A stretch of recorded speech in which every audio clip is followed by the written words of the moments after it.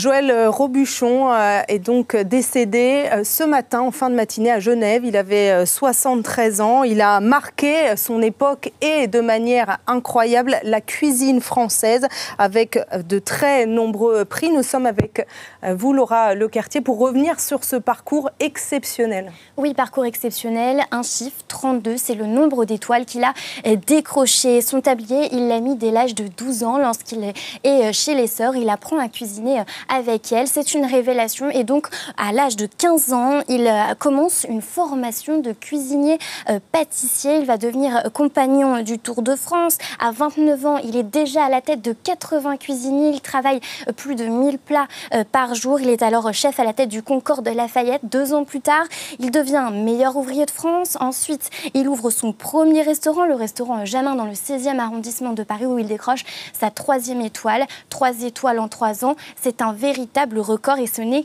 que le début. Oui, parce qu'il y a ce premier restaurant et puis après, il y en aura beaucoup d'autres. Oui. Et partout. Et tout à fait. En fait, il a construit un véritable empire mondial, notamment avec le concept de l'atelier. En 2003, il ouvre ce concept dans le 7e arrondissement et là, il bouscule véritablement les traditions de la cuisine. Il ouvre un lieu où on peut s'asseoir au bar, on peut déjeuner auprès des fourneaux. Il s'entoure de la meilleure équipe, ses compagnons de toujours, pâtissiers, cuisiniers. Et il décline ce concept dans tous les continents, Las Vegas, New York, Londres, Hong Kong, Singapour. Et il continue avec d'autres restaurants à Tokyo, un restaurant 3 étoiles dans un château à la française, à Macao, un restaurant en haut d'un casino, et puis différents salons de thé où tout le monde peut aller, salon de thé, pâtisserie, des lieux où il décline sa cuisine, son esprit, son savoir-faire. Merci beaucoup Laura Lequertier.